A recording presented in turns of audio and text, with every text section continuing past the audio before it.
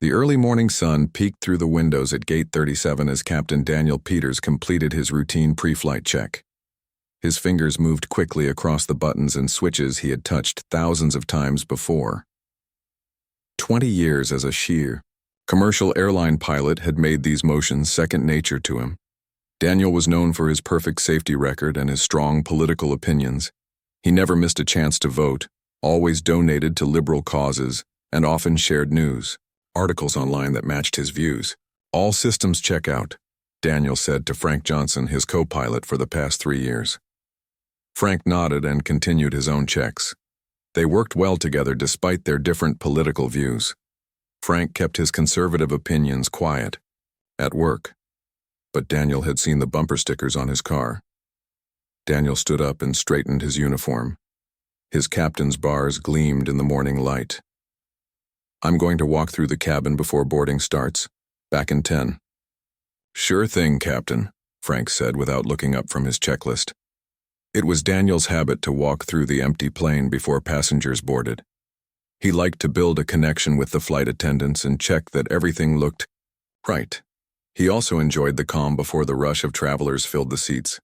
Today's flight from Washington, D.C. to San Francisco would be full, with many important people in first class.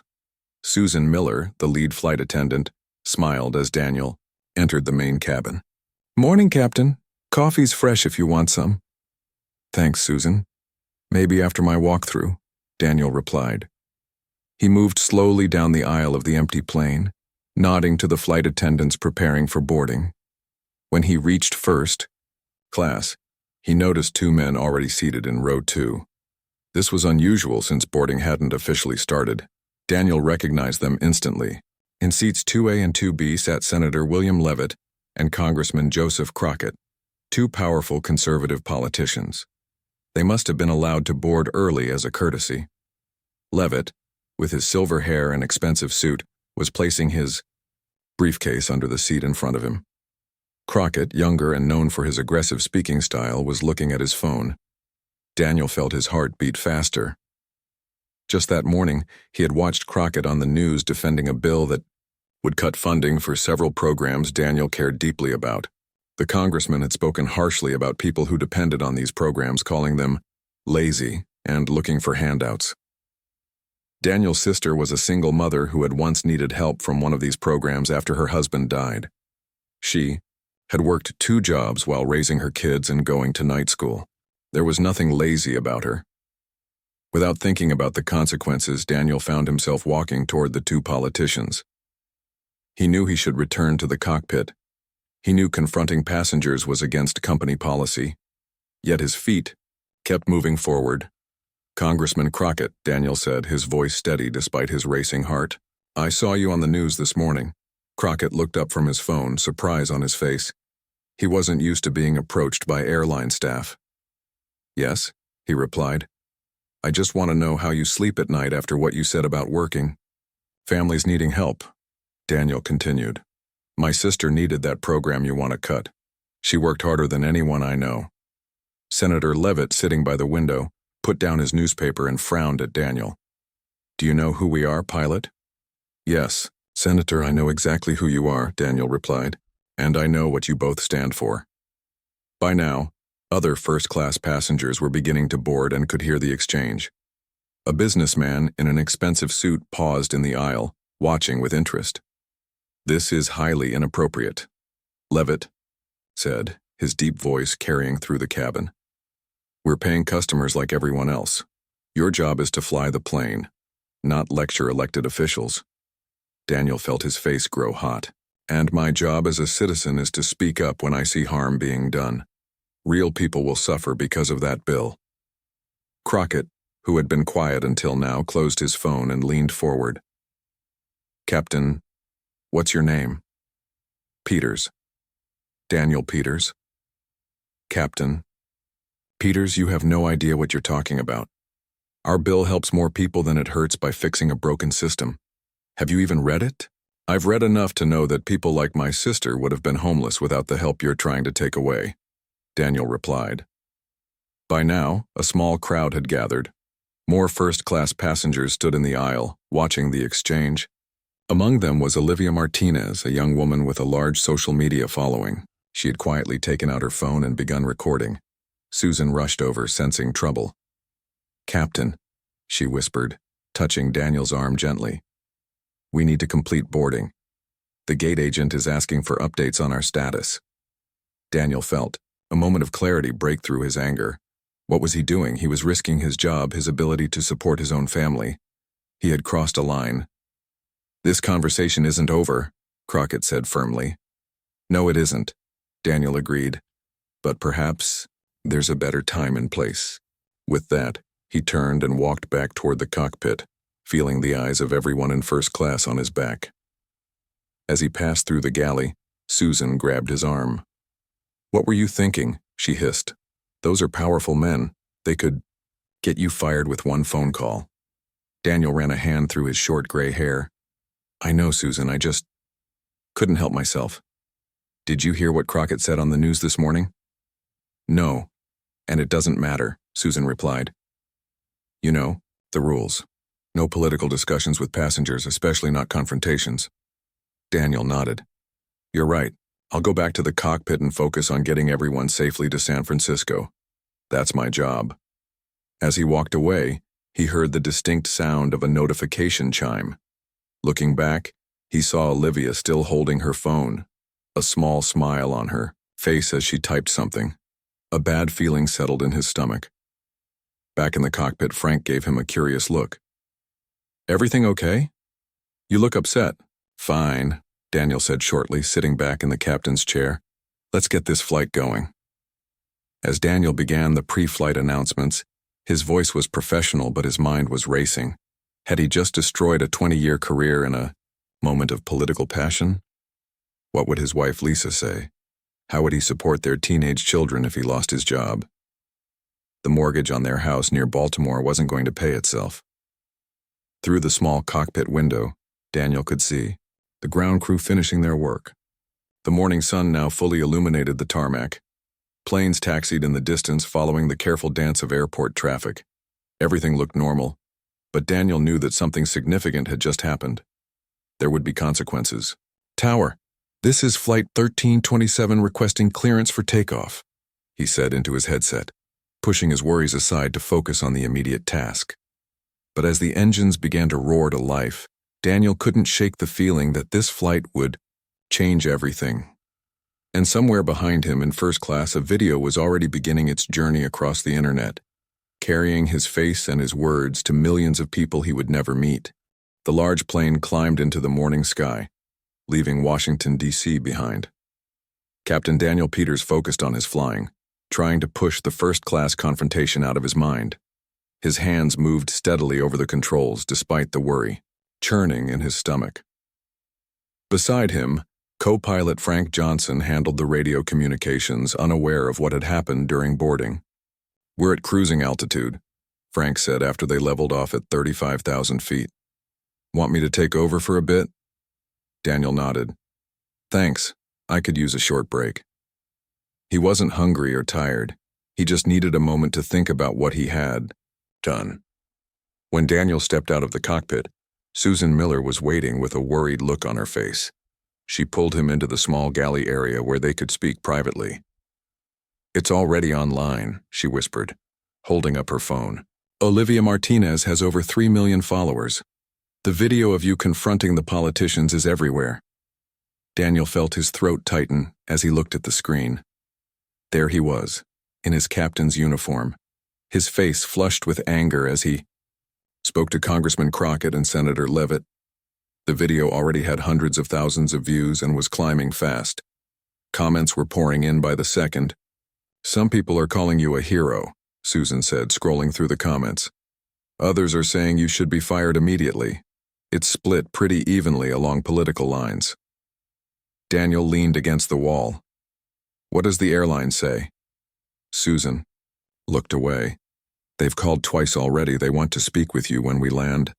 "I figured as much," Daniel sighed. "I'll face whatever comes. I just hope I still have a job tomorrow." "Captain, why did you do it?" Susan asked. "You know the rules better than anyone." Daniel thought about his sister and her kids, about how Hard she had worked to get back on her feet after her husband died. Some things feel more important than rules sometimes, he said quietly. Even when we know better. Susan squeezed his arm. Well, for what it's worth, my brother benefited from that program too. But I still think you're crazy for risking your job. Daniel gave her a small smile. Maybe I am. When he returned to the cockpit, Frank had a message for him. Management wants you to call them. They said it's urgent. I bet they do, Daniel muttered, picking up the phone. The conversation with his supervisor was brief and tense. The airline was receiving calls from reporters and angry customers on both sides of the political divide. Some wanted Daniel praised for speaking truth to power. Others wanted him punished for harassing elected officials. The video had been shared by several major news networks. Just fly the plane safely to San Francisco, his supervisor said firmly. We'll deal with this when you land. And Peters? Don't speak to those men again during this flight, that's an order. Understood, Daniel replied, his voice hollow. Meanwhile, in first class, the atmosphere was tense. Some passengers were openly discussing the confrontation they had witnessed. Others pretended to read or sleep, but kept glancing at the two politicians. Senator Leavitt was fuming. He had called his office and instructed his staff to contact the airline's CEO directly. This is unacceptable, he said to Crockett. Pilots cannot be allowed to use their position to push political views on passengers. Congressman Crockett nodded, but he seemed less angry than his colleague. He stared out the window at the clouds below, thinking about what the pilot had said about his sister. Was it true? Did real people like her depend on the programs his bill would cut? Across the aisle, Heather Washington watched the two men with interest. She was a pediatric nurse from Oregon who had been in D.C. for a healthcare conference. She had recognized the congressman immediately when she boarded, but unlike the pilot, she had kept her opinions to herself. When the flight attendant brought drinks, Heather noticed Crockett decline his. He looked troubled. "Excuse me," she said, leaning slightly toward him. "Are you okay? You seem upset." Crockett looked surprised that a stranger would ask about his feelings. "I'm fine, just a strange start to the flight." "I saw what happened," Heather said, "with the pilot. Then you know I was just sitting here minding my own business when he decided to make a scene," Crockett replied defensively. Heather took a sip of her water. "Yes, I saw that. But I also saw your interview this morning about the healthcare funding reform bill." Crockett's face hardened. "Are you going to lecture me too?" "No," Heather said calmly. "I just wanted to share my perspective as someone who works in healthcare. Would you be willing to hear it?" Something in her tone made Crockett pause. She wasn't angry or confrontational like the pilot had been. She seemed genuinely interested in talking with him, not at him. "I suppose I've got 5 hours to kill on this flight," he said finally. "What's your perspective?" Heather began to tell him about her work as a pediatric nurse. She described the children she treated whose families relied on the very programs his bill would cut. She didn't raise her voice or call him names. She simply shared stories from her 15 years of experience. "Last month, I treated a little boy named Alex," she said. "His mom works full-time at a grocery store, but the job doesn't offer health insurance. Without the Children's Health Program, Alex's asthma medication would cost half of his mom's monthly income." As she spoke, other passengers in first class began to listen. Even Senator Leavitt, who had been typing angrily on his laptop, found himself paying attention to her clear, calm voice. "These aren't people looking for handouts, Congressman," Heather continued. "They're working as hard as they can. The system just doesn't work for them the way it might work for people in better circumstances." For the first time in years, Crockett found himself really listening to someone from the other side of the political divide. There was no audience watching, no cameras recording, no staff prepping him with talking points. It was just a conversation between two people on an airplane. Back in the cockpit, Daniel received a note from Susan. It read, "They're talking about filing a formal complaint. Be careful." Daniel folded the note and put it in his pocket. His 20-year career flashed before his eyes. All the holidays missed while flying other people home to their families. All the middle-of-the-night wake-ups for early flights. All the weather challenges he'd navigated safely. Would it all end because of one moment of anger? He thought about his wife Lisa waiting at home, about their son who wanted to go to college next year, about their daughter who had just made the soccer team. How would he tell them he might lose his job? 3 hours into the flight, light turbulence began to bounce the plane. Daniel turned on the seatbelt sign and made an announcement asking passengers to return to their seats. Through the cockpit, he could hear people moving in the cabin, following his instructions despite what had happened earlier. "You're still the captain," Frank said quietly, noticing Daniel's troubled expression, "no matter what else happens." Daniel nodded gratefully. Then he made a decision. He took out his notepad and began to write. If he was going to lose his job anyway, he might as well say what he really thought. He wrote 2 notes, one for Senator Leavitt and one for Congressman Crockett. In Crockett's note, he apologized for the unprofessional way he had approached the situation, but he didn't apologize for caring about the people who would be hurt by the bill. He explained about his sister, how she had worked 2 jobs while raising kids alone, how the program had been a lifeline, not a luxury. "I would rather lose my job speaking up for people like her," he wrote, "than keep it by staying silent." He folded the notes and gave them to Susan. "When the turbulence ends, could you please deliver these?" Susan looked at the folded papers with concern. "Are you sure about this, Captain?" Daniel wasn't sure about anything anymore, but he nodded anyway. "Yes, I'm sure." What Daniel didn't know was that at that very moment, something unexpected was happening in first class, something that would change everything. The turbulence ended after 20 minutes. Susan Miller took the folded notes from her pocket and walked slowly through first class. Her hands were steady, but her heart beat fast. She had worked for the airline for 15 years and had never seen anything like today's events. First the confrontation, then the viral video, and now these notes that might end Captain Peters' career for good. She stopped beside Senator Leavitt first. "Sir, Captain Peters asked me to give you this," she said, handing him the folded paper. Leavitt took it with a frown. "Another lecture, I suppose." "I don't know what it says, sir," Susan replied professionally.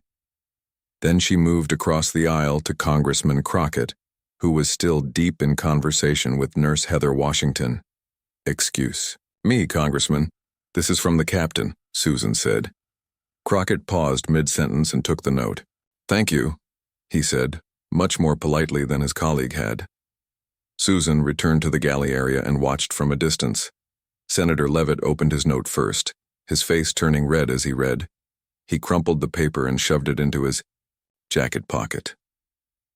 Whatever Captain Peters had written, it hadn't improved the senator's mood. But Congressman Crockett's reaction was different. He read his note slowly, his expression changing from anger to something more thoughtful. When he finished, he carefully folded the paper and placed it in his shirt pocket, close to his heart. "Is everything okay?" Heather asked. Crockett nodded. "The pilot apologized for how he approached me, but not for what he said. He told me about his sister who needed the program we're cutting." "And what do you think about that?" Heather asked. Crockett looked out the window at the clouds below. "I'm not sure anymore. I've always believed people should handle their own problems without government help. But listening to you talk about your patients and reading about this man's sister..." His voice trailed off. "May I ask you something personal?" Heather said. "Go ahead. Have you ever struggled financially? I mean really struggled where you didn't know how you would pay for food or rent or medicine?" Crockett was quiet for a long moment. "No," he finally admitted. "My father was a commercial pilot for 30 years. We always had good health care, a nice house, vacations. Even when I was starting out in politics, I had family support." "That's wonderful," Heather said. "But it means you might not understand what it's like for people who don't have those advantages." In the row behind them, an older man leaned forward. "Excuse me, I couldn't help overhearing. I'm Steve Rogers. I own a small business in California. I'd like to share my perspective if you're interested." Crockett turned in his seat. "Yes, go ahead." Steve explained how he provided jobs to 30 employees but couldn't afford to offer health insurance. Many of his workers relied on the same programs Crockett's bill would cut. These aren't lazy people, Congressman, Steve said.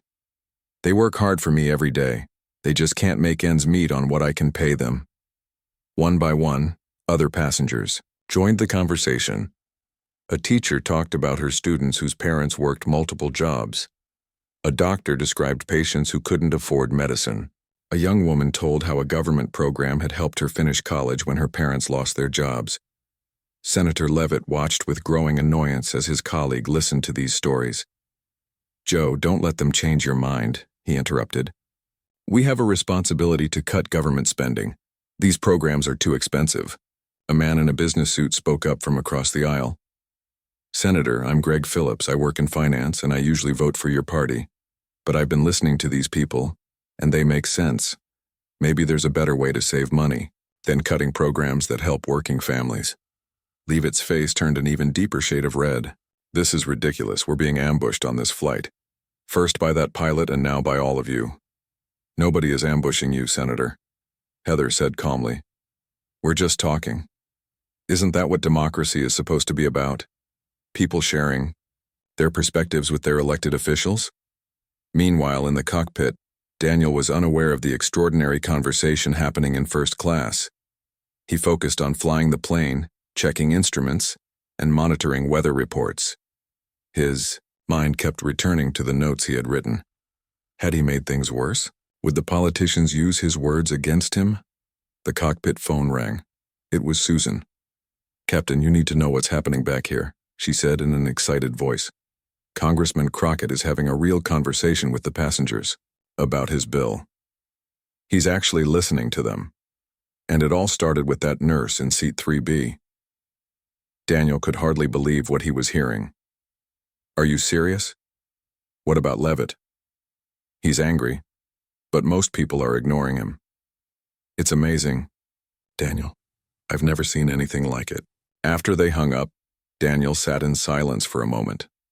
Was it possible that something good might come from his mistake? He didn't dare hope too much. 2 hours later, as they began their descent into San Francisco, Susan called the cockpit again. "Captain, Congressman Crockett is asking if he can speak with you after we land." Daniel's stomach tightened. Did he seem angry? No, not at all. He seemed thoughtful. When the plane touched down at San Francisco International Airport, Daniel performed all his post-flight duties with careful attention. He knew airline officials would be waiting to speak with him about the incident. His hands moved over the controls one last time, possibly for the last time as a captain. "Whatever happens next, you did a good job today," Frank said, offering his hand to Daniel. "The flight itself was perfect." Daniel smiled sadly. "Thanks, Frank. That means a lot." As passengers began to deplane, Daniel stayed in the cockpit, waiting for the inevitable meeting with airline management. Susan appeared at the door. "Management is waiting in the terminal," she confirmed. "But Congressman Crockett wants to speak with you first. He's waiting by the main cabin door." Daniel took a deep breath and straightened his uniform. He walked slowly through the empty first-class cabin to where Crockett stood alone, looking out the small window at the busy airport. "Congressman," Daniel said formally. "You wanted to speak with me?" Crockett turned. His face was serious but not angry. "Captain Peters, yes, I did." Daniel prepared himself for harsh words, maybe even threats about lawsuits or criminal charges. "My father was a commercial pilot for 30 years, Crockett said, surprising Daniel completely. "He always told me it was the most honorable profession, responsible for hundreds of lives every day." Daniel didn't know how to respond. This was not what he had expected. "He also taught me that when you make a mistake, you should admit it," Crockett continued. "I think I've made some mistakes with this bill. I've been too distant from the people my decisions affect." "I'm sorry for approaching you the way I did," Daniel said. "It was unprofessional." "Yes, it was," Crockett agreed. "But sometimes we need to be shaken out of our comfortable bubbles. Your note about your sister and then the conversation with Heather and the other passengers, it made me think about things differently." He reached into his pocket and pulled out a business card. "I'd like to hear more about your sister's experience with our program, and I'd like to invite Heather to speak at a town hall meeting I'm planning." Daniel took the card, stunned by this turn of events. What about Senator Leavitt? He seemed pretty determined to have me fired. Crockett glanced toward the terminal where Leavitt had already disappeared. Let me worry about Bill. He's more reasonable than he seems once he calms down. As they stood there, an airline official in a dark suit appeared at the door. Captain Peters, we need to speak with you immediately. I understand, Daniel replied. He turned back to Crockett. Thank you, Congressman. No, Captain, thank you, for your service and your honesty. Daniel walked toward the waiting official, still holding Crockett's business card. Whatever happened next with his job, something unexpected and important had occurred on this flight. A conversation had started. People had listened to each other. Maybe change was possible after all. Daniel sat in a small office at the San Francisco airport. Across from him, two airline officials looked at him with stern faces. Ms. Janet Brown, the regional manager, had her hands folded on the desk. Beside her, Mr. Paul Wilson from the Human Resources Department tapped his pen against a notepad. Captain Peters, Ms. Brown began, the video of your confrontation with Senator Leavitt and Congressman Crockett has over 5 million views now. Our phone lines have been ringing nonstop. Half the callers want you fired. The other half want to give you a medal. Daniel nodded. I understand the position I've put the airline in. I'm prepared to accept whatever consequences come from my actions. Mr. Wilson leaned forward. Our policy clearly states that employees must remain politically neutral while in uniform. You violated that policy, Captain. Yes, I did, Daniel admitted. Ms. Brown sighed. However, we've just received a call from Congressman Crockett's office. He has asked us not to terminate your employment. In fact, he specifically requested that no disciplinary action be taken against you. Daniel couldn't hide his surprise. He did, yes. He said your interaction led to a valuable exchange of ideas on the flight. He called it a perfect example of democracy in action, though he agreed your approach was not ideal. Mr. Wilson didn't look happy about this development. Senator Leavitt, on the other hand, is demanding your immediate dismissal. Daniel's future hung in the balance as the two airline officials looked at each other. Finally, Ms. Brown spoke. We've decided on a compromise. You'll be placed on paid administrative leave for 2 weeks while we review the situation. You won't be fired today, but we can't promise what the final decision will be. I understand, Daniel said, relief washing over him. At least he would have time to look for another job if needed. You're free to go for now, Ms. Brown said, but stay in town. We may need to speak with you again. Daniel left the airport and took a taxi to his hotel. The driver recognized him immediately. Hey, you're that pilot from the video, the driver said, looking at Daniel in the rearview mirror. Man, that took guts, standing up to those politicians. You've seen the video too? Daniel asked, surprised that so many people had watched it. Everyone has seen it, the driver replied. It's all over the news. Some people are calling you a hero. When Daniel arrived at his hotel, he found a small crowd of reporters waiting in the lobby. They rushed toward him with cameras and microphones when he entered. Captain Peters, how does it feel to become an overnight internet sensation? Did the airline fire you? What made you confront the congressman? Daniel raised his hands to quiet them. Please, I have no comment right now. I just want to go to my room. The hotel manager helped Daniel escape to the elevator while security held back the reporters. In his room, Daniel finally had a moment to process everything that had happened. He turned on the television and found his own face on the screen. The news anchor was discussing the first-class confrontation, as they were calling it. Daniel picked up his phone to call his wife Lisa. She answered on the first ring. Daniel, are you okay? It's all over the news here. I'm fine, he assured her. Just a bit overwhelmed. The airline put me on paid leave for 2 weeks. So you still have your job? That's good news. Relief filled Lisa's voice. For now, at least. But that's not even the strangest part. Daniel told her about his conversation with Congressman Crockett and how the politician had defended him to the airline. That's amazing, Lisa said. Maybe some good will come from this after all. After talking with Lisa, Daniel checked his email. His inbox was flooded with messages from strangers who had seen the video. Some called him a troublemaker who should be fired. Others praised him for speaking truth to power. There were even job offers from smaller airlines who seemed to appreciate his willingness to stand up for his beliefs. But one email caught his attention. It was from Heather Washington, the nurse who had talked with Congressman Crockett. Captain Peters, she wrote, "I wanted to thank you for starting something important today. After you left first class, the congressman and I had a long conversation about healthcare policy. He listened to me and to other passengers in a way I never expected. He gave me his card and asked me to speak at a town hall meeting he's organizing. I think he's genuinely reconsidering his position. Whatever happens with your job, please know that you made a difference today." Daniel read the email twice, feeling a mix of emotions. He had risked his career by speaking up, but maybe it had been worth it. Maybe one conversation really could change things. The next morning, Daniel's phone rang early. It was a number he didn't recognize. "Hello?" he answered cautiously. "Captain Peters? This is Joe Crockett." Daniel sat up straight in bed. "Congressman, good morning. I hope I'm not calling too early. I wanted to let you know about something before you see it on the news." "What's that?" Daniel asked, worried about what might be coming. "I've just announced that I'm making significant changes to my healthcare bill. After listening to Heather and the other passengers yesterday and thinking about your sister's situation, I realized our approach was too harsh."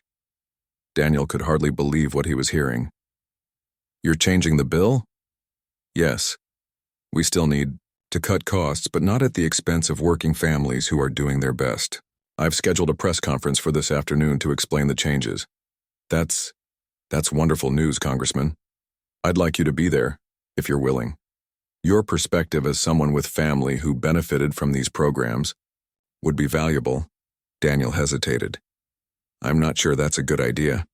The airline has me on administrative leave. Being at a political event might make things worse." Crockett was quiet for a moment. "I understand, but please know that I've spoken with your airline's CEO personally. I don't think you need to worry about losing your job." After the call ended, Daniel sat on the edge of his hotel bed, trying to process this new development. Had his impulsive confrontation actually led to real change? It seemed impossible. His phone buzzed with a text message from Susan Miller, the flight attendant. "Turn on the news now," it read. Daniel grabbed the remote and turned on the television. There was Congressman Crockett standing at a podium, with Senator Leavitt noticeably absent. "Yesterday, something unexpected happened on my flight from Washington to San Francisco," Crockett was saying. "A pilot confronted me about my healthcare bill, and then something even more unexpected occurred. I actually listened." The camera showed Heather Washington standing nearby, smiling as Crockett continued. "I've spent too much time in Washington talking to other politicians and not enough time talking to the people our decisions affect. Yesterday, I heard from nurses, teachers, small business owners, and others who helped me see my bill through their eyes, and I realized we need a better approach." Daniel watched in amazement as Crockett outlined changes to the bill that would preserve funding for the most critical programs while finding cost savings elsewhere. "This new approach isn't liberal or conservative," Crockett said. "It's just common sense. And sometimes it takes a conversation in an unexpected place to help us find our way back to common sense." Just then, Daniel's phone rang again. It was Ms. Brown from the airline. "Captain Peters," she said, her voice much warmer than yesterday. "Have you seen the news?"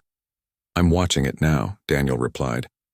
"The congressman just publicly thanked our airline for fostering an environment where meaningful conversations can happen. Our CEO is thrilled with the positive publicity. Your administrative leave has been canceled. We'd like you back in the cockpit as soon as possible." Daniel felt a wave of relief wash over him. "Thank you, that's great news. And one more thing," Ms. Brown added. "Senator Leavitt has withdrawn his complaint against you. It seems Congressman Crockett convinced him it would be better for everyone to move forward positively." After hanging up, Daniel sat in stunned silence, watching as Crockett continued to speak about his new approach to the healthcare bill. The confrontation that Daniel had been certain would end his career had instead sparked something powerful and unexpected. His phone buzzed with a new message. It was from his sister. "Just saw the news," she wrote. "So proud of you, big brother. You spoke up for people like me." Daniel smiled as he typed his reply. "Just did what felt right. Sometimes that's all any of us can do." 1 month later, Daniel stood at the back of a crowded community center in Baltimore. People filled every seat, with more standing along the walls. At the front of the room, Congressman Joseph Crockett stood beside a podium, listening carefully, as Heather Washington spoke about her experiences as a pediatric nurse. "Every day I see children whose parents are working multiple jobs just to keep food on the table," Heather said. "These families aren't looking for handouts.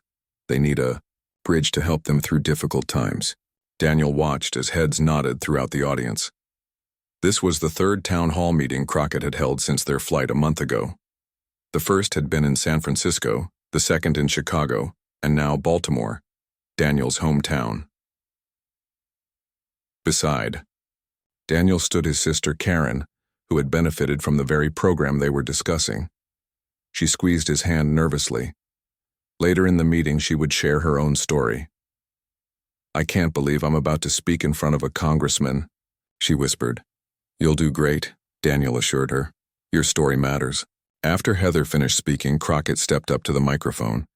He looked different from the man Daniel had confronted on the plane. More relaxed, less guarded. He wore no tie, and his sleeves were rolled up as if ready to work. "Thank you, Heather," Crockett said. "When we first met on that flight from Washington, I thought I had all the answers. I believed our budget-cutting bill was the only sensible approach. But sometimes life gives you unexpected lessons." His eyes found Daniel at the back of the room, and he smiled slightly before continuing.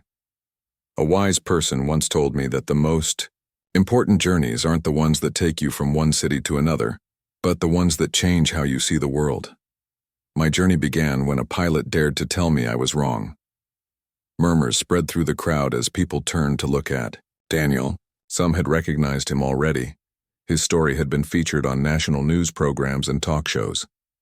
"Captain Peters risked his job to speak up for people like his sister," Crockett continued. "At first I was angry about it, but then something remarkable happened. I started listening to the other passengers on that flight.